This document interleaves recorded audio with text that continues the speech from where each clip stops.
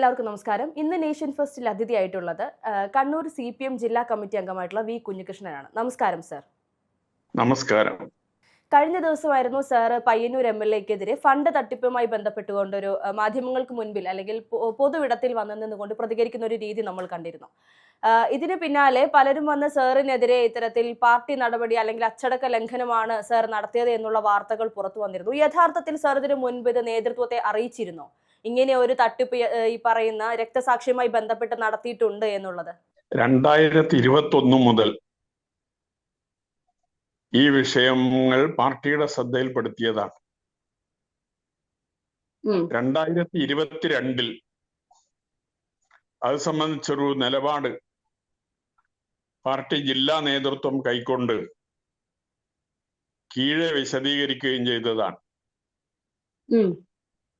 അതില് ഒരു ഫണ്ട് തട്ടിപ്പ് നടന്നിട്ടില്ല, പാർട്ടിയുടെ ഒരു പൈസയും നഷ്ടപ്പെട്ടിട്ടില്ല, ഒരാളും വ്യക്തിപരമായി പണം കൈക്കലാക്കിയിട്ടില്ല എന്ന നിഗമനത്തിലാണ് ജില്ലാ കമ്മിറ്റി, ജില്ലാ നേതൃത്വം എത്തിച്ചേർന്നത്.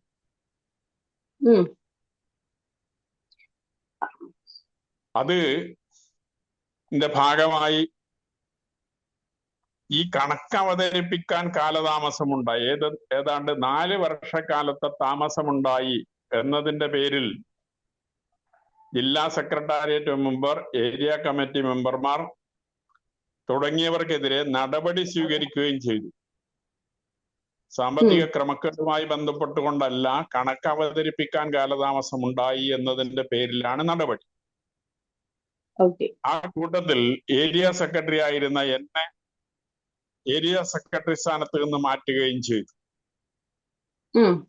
ആ തീരുമാനം, ഏരിയ സെക്രട്ടറി സ്ഥാനത്ത് നിന്ന് മാറ്റാൻ ജില്ലാ കമ്മിറ്റി വെച്ച നിർദ്ദേശം 21 അംഗ ഏരിയ കമ്മിറ്റിയിൽ 17 പേരും എതിർക്കുകയാണ് ചെയ്തത്. ഏരിയ സെക്രട്ടറിയെ മാറ്റാൻ പാടില്ല എന്ന് അഭിപ്രായം പറയുകയാണ് ഉണ്ടായത്. ജനാധിപത്യ കേന്ദ്രീകരണ തത്വം ഉൾക്കൊള്ളുന്ന പാർട്ടിയാണിത്. അതുകൊണ്ട് തീരുമാനമെടുക്കാൻ ഞങ്ങൾക്ക് അധികാരമുണ്ട്. തീരുമാനമെടുത്താൽ അത് അംഗീകരിക്കാനുള്ള, നടപ്പാക്കാനുള്ള ചുമതല കീഴ്ഘടകങ്ങൾക്കുണ്ട് എന്ന് പറഞ്ഞ് ഏരിയ സെക്രട്ടറിയെ മാറ്റുന്ന തീരുമാനം അടിച്ചേൽപ്പിക്കുകയായിരുന്നു. അന്നത്തെ യോഗത്തിൽ തന്നെ ഈ തീരുമാനം ഞാൻ അംഗീകരിക്കുന്നില്ല എന്നും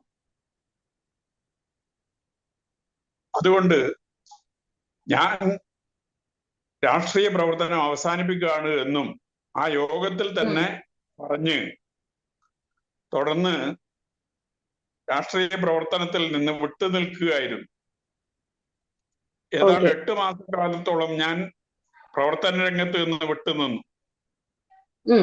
പിന്നീട് നേതാക്കന്മാരെല്ലാം വന്ന് സംസാരിച്ചതിനെ തുടർന്നാണ് വീണ്ടും പാർട്ടി പ്രവർത്തനത്തിലേക്ക് തിരിച്ചുപോയതിനു ശേഷവും ഈ വിഷയം നിരന്തരമായി ഉന്നയിച്ചു. പക്ഷേ അതൊരു പുനഃപരിശോധിക്കാൻ സന്നദ്ധമല്ല എന്ന നിലപാടാണ് നേതൃത്വം സ്വീകരിച്ചത്. അതുകൊണ്ട് ഇപ്പോ പാർട്ടിക്കകത്ത് പറഞ്ഞിട്ട് പ്രയോജനമില്ല എന്ന ഘട്ടത്തിലാണ്, അവസ്ഥയിലാണ്. ഇത് പരസ്യമായി പറയാൻ നിർബന്ധിക്കപ്പെട്ടിട്ടുള്ളത്.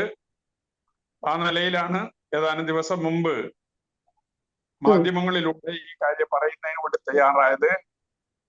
മാത്രമല്ല, ഇതുമായി ബന്ധപ്പെട്ടുകൊണ്ട് ഞാനൊരു പുസ്തകം എഴുതിയിട്ടുണ്ട്. അത് അച്ചടിയിലാണ്.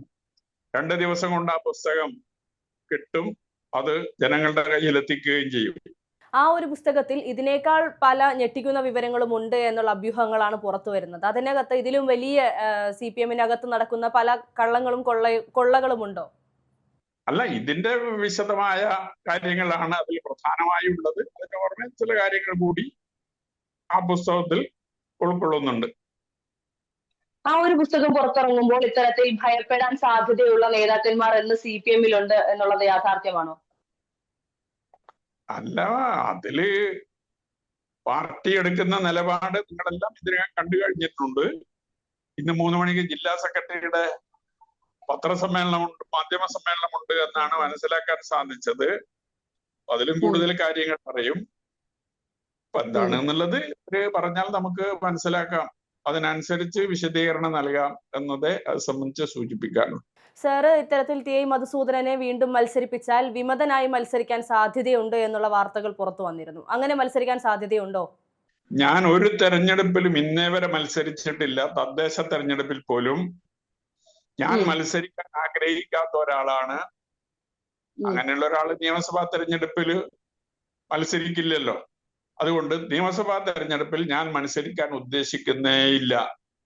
അതോടൊപ്പം തന്നെ എന്നെ പാർട്ടി നടപടിയെടുത്താൽ മറ്റൊരു പാർട്ടിയിലേക്കും പോകാനും ഞാൻ ഉദ്ദേശിക്കുന്നില്ല. ഒരു കമ്മ്യൂണിസ്റ്റുകാരൻ എന്ന രീതിയിൽ കമ്മ്യൂണിസ്റ്റ് മൂല്യങ്ങൾ ഉയർത്തിപ്പിടിച്ചുകൊണ്ട് ജീവിതാവസാനം വരെ മുന്നോട്ട് പോകണം എന്നതാണ് എന്റെ നിലപാട്. അത് പാർട്ടിയിൽ ഉണ്ടായാലും ഇല്ലെങ്കിൽ ആ നിലപാട് തന്നെയാണ് ഞാൻ സ്വീകരിച്ച് മുന്നോട്ട് പോവുക എന്നാണ് പറയാനുള്ളത്. ഇപ്പോൾ സർ പറഞ്ഞതുപോലെ പാർട്ടിയിൽ തന്നെ തുടരാൻ, അത് പാർട്ടി മാറ്റി നിർത്തിയാലും നല്ലൊരു കമ്മ്യൂണിസ്റ്റുകാരനായി തുടരുമെന്നുള്ളത് നമുക്ക് മനസ്സിലാക്കാൻ സാധിക്കും. പക്ഷെ ഇന്നത്തെ കമ്മ്യൂണിസ്റ്റ് പാർട്ടി എന്ന് പറയുന്നത് ഇത്തരത്തിൽ കള്ളന്മാരെയൊക്കെ ചേർത്ത് പിടിക്കുന്ന, അല്ലെങ്കിൽ ഇത്തരത്തിൽ തട്ടിപ്പുകൾ നടത്തുന്ന, അഴിമതികൾ നടത്തുന്ന ആളുകളെ മാത്രം ചേർത്ത് പിടിക്കുന്ന ഒരു പാർട്ടിയായി CPM മാറി എന്ന് പറഞ്ഞാൽ നമുക്കതിനെ നിഷേധിക്കാൻ സാധിക്കുമോ? ഇന്ന് നടക്കുന്നത് അതാണല്ലോ. മാത്രം പറഞ്ഞൂടാ, എന്റെ ഈ അനുഭവത്തിൽ തെറ്റുകാരെ സംരക്ഷിക്കുന്ന നിലപാടാണ് പാർട്ടി നേതൃത്വം സ്വീകരിച്ചിട്ടുള്ളത് എന്ന ഉത്തമ ബോധ്യത്തിലാണ്. നേതൃത്വത്തെ തിരുത്തിക്കാൻ ജനങ്ങൾ, അണികൾ ഇടപെടണം എന്ന രീതിയിലുള്ള ഒരു ഇടപെടൽ ഞാനിപ്പോ നടത്തിയിട്ടുള്ളത്. ആ ശ്രമം തുടരുകയും ചെയ്യും. അതെ, പക്ഷേ ഇപ്പോൾ ശബരിമല സ്വർണ്ണക്കൊള്ള പോലെ വലിയൊരു കൊള്ള നടന്നിട്ടുണ്ട്. ആ ഒരു കൊള്ളയുമായി ബന്ധപ്പെട്ട് പ്രതിസ്ഥാനത്ത് നിൽക്കുന്ന പല CPM പ്രവർത്തകരായിരുന്ന ആളുകളെയും ഇന്നും CPM തന്നെ സംരക്ഷിച്ചു പോരുന്ന ഒരു സാഹചര്യമുണ്ട്. അതിന് പിന്നാലെ ഈ ഒരു ഫണ്ട് തട്ടിപ്പിന്റെ കാര്യം പറയുന്നു. 1.5 കോടിയോളം രൂപ മധുസൂദനൻ എന്ന് പറയുന്ന വ്യക്തി തട്ടി എന്ന് പറയുന്നു. അതായത് MLA ആണ് അദ്ദേഹം, ഇപ്പോഴും തുടരുന്നു. വീണ്ടും അദ്ദേഹത്തെ മത്സരിപ്പിക്കാനുള്ള സാധ്യതകൾ ഉണ്ട് എന്നുള്ള വാർത്തകളും വരുന്നുണ്ട്. അപ്പോൾ ഇത്തരത്തിൽ തെറ്റുകൾ ചെയ്യുന്നവരെ ചേർത്ത് പിടിച്ചുകൊണ്ട്, അല്ലെങ്കിൽ തെറ്റുകൾ ചെയ്യുന്നവരെ വീണ്ടും മത്സരിപ്പിക്കുന്നതിലൂടെ സമൂഹത്തിന് എന്ത് സന്ദേശമാണ് ഈ പറയുന്നത് പോലെ CPM നൽകുന്നത്? അല്ല, അത് അവര് തീരുമാനിക്കേണ്ട കാര്യമാണ്. കളങ്കെതിരെയാണ് പാർട്ടിക്ക് ആവശ്യമെങ്കിൽ ആ നിലയിൽ നിലപാടെടുത്തു പോകാനുള്ള അവകാശം അവർക്കുണ്ട്. അങ്ങനെ അവര് നിലപാടെടുക്കുമ്പോ ജനങ്ങൾ എങ്ങനെ ഇതിനെ നോക്കിക്കാണും എന്ന കാര്യം കൂടി അവര് ചിന്തിക്കുന്നത്, ആലോചിക്കുന്നത് ഗുണകരമായിരിക്കും എന്ന് മാത്രമേ അതുമായി ബന്ധപ്പെട്ടുകൊണ്ട് സൂചിപ്പിക്കാനുള്ളൂ. ഇപ്പോൾ വിമതനായി മത്സരിക്കില്ല, അല്ലെങ്കിൽ ഒരു പാർട്ടിയിലും പോകില്ല എന്ന് പറയുമ്പോൾ ഇത്തരത്തിൽ ഇപ്പോൾ നമുക്കറിയാം CPM-നെ സംബന്ധിച്ച് കണ്ണൂരിൽ ഇത്തരത്തിൽ ആക്രമണങ്ങൾ ഒരുപാട് നടക്കുന്ന ഒരു ജില്ലയാണ്. CPM-നെതിരെ, പാർട്ടിക്കെതിരെ സംസാരിക്കുന്നവരെ ഇല്ലാതാക്കാൻ പോലും മടിക്കാത്ത ഒരു കൂട്ടം ആളുകൾ പ്രത്യക്ഷത്തിലും പരോക്ഷത്തിലും കണ്ണൂരിലുണ്ട് എന്ന് പറഞ്ഞാൽ നമുക്ക് അതിനെ തള്ളിക്കളയാൻ സാധിക്കില്ല. അത്തരത്തിലൊരു സാഹചര്യം താങ്കൾക്കും സാറിനും ഫേസ് ചെയ്യേണ്ടി വരില്ല എന്ന് ഉറപ്പുണ്ടോ? ഫേസ് ചെയ്യേണ്ടി വരില്ല എന്നുള്ള ഉറപ്പൊന്നും എനിക്കില്ല. ഇന്നുച്ചക്ക് എന്റെ വീട്ടിന് മുമ്പിൽ ഒരു പ്രകടനം നടന്നു. ഇവിടെ ഈ വെള്ളൂര് വില്ലേജ് എന്ന് പറയുന്നത് 2 ലോക്കലുകൾ ഉൾപ്പെടുന്നതാണ്. 2 ലോക്കലിൽ കൂടി 1000-ലേറെ പാർട്ടി മെമ്പർമാരുണ്ട്. ഞാൻ താമസിക്കുന്ന വെള്ളൂര് നോർത്ത് ലോക്കലിൽ 500ഓളം പാർട്ടി മെമ്പർമാരുണ്ട്. 12 ആളുകളാണ് ഈ പ്രകടനത്തിൽ പങ്കെടുത്തത്. എന്റെ വീട്ടിന് മുമ്പിൽ അവര് പടക്കം പൊട്ടിച്ചു. അതൊക്കെ പിന്നെ അതിന്റെ വീഡിയോ ക്ലിപ്പുകൾ ഇപ്പൊ പുറത്ത് വന്നിട്ടുണ്ട്. ആ നിലയിൽ ഏകദേശം 12 ആളുകളെ വെച്ചുകൊണ്ട് ഒരു പ്രകടനം നടത്തുക എന്ന് പറയുന്നത് ആർക്കും സാധിക്കുന്ന ഒരു കാര്യമാണ്.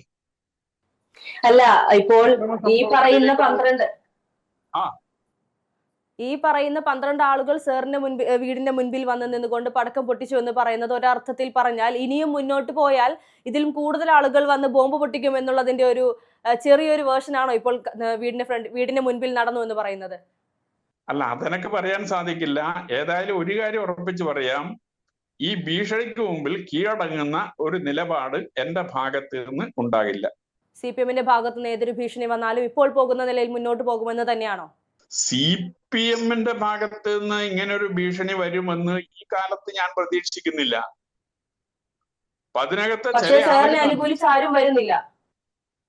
ഇതിനകത്തുള്ള ചില ആളുകളാണ് ഇത്തരത്തിലുള്ള സംഭവങ്ങൾക്ക് നേതൃത്വം കൊടുക്കുന്നത് എന്നതാണ് മനസ്സിലാക്കാൻ സാധിക്കുന്നത്. അതിനെ നേതൃത്വം തിരുത്തിയാൽ അത്രത്തോളം നല്ലത് എന്നത് മാത്രമേ പറയാനുള്ളൂ. അതെ, അപ്പൊ എന്തായാലും ഇതുമായി ബന്ധപ്പെട്ട് സത്യാവസ്ഥ എന്താണ് എന്നുള്ളത് നേതൃത്വം മനസ്സിലാക്കി കൃത്യമായി ജനങ്ങൾ ആഗ്രഹിക്കുന്ന ഒരു നിലപാട് എടുക്കട്ടെ എന്ന് നമുക്ക് ആഗ്രഹിക്കാൻ മാത്രമേ സാധിക്കുകയുള്ളൂ. നമുക്ക് ആരെയും നേരെ പോയി തിരുത്താൻ സാധിക്കില്ലല്ലോ. അത്രേ ഉള്ളൂ. തീർച്ചയായും ഈ പറയുന്നത് പോലെ ചർച്ചയിൽ പങ്കെടുത്തതിന് നന്ദി. Thank you.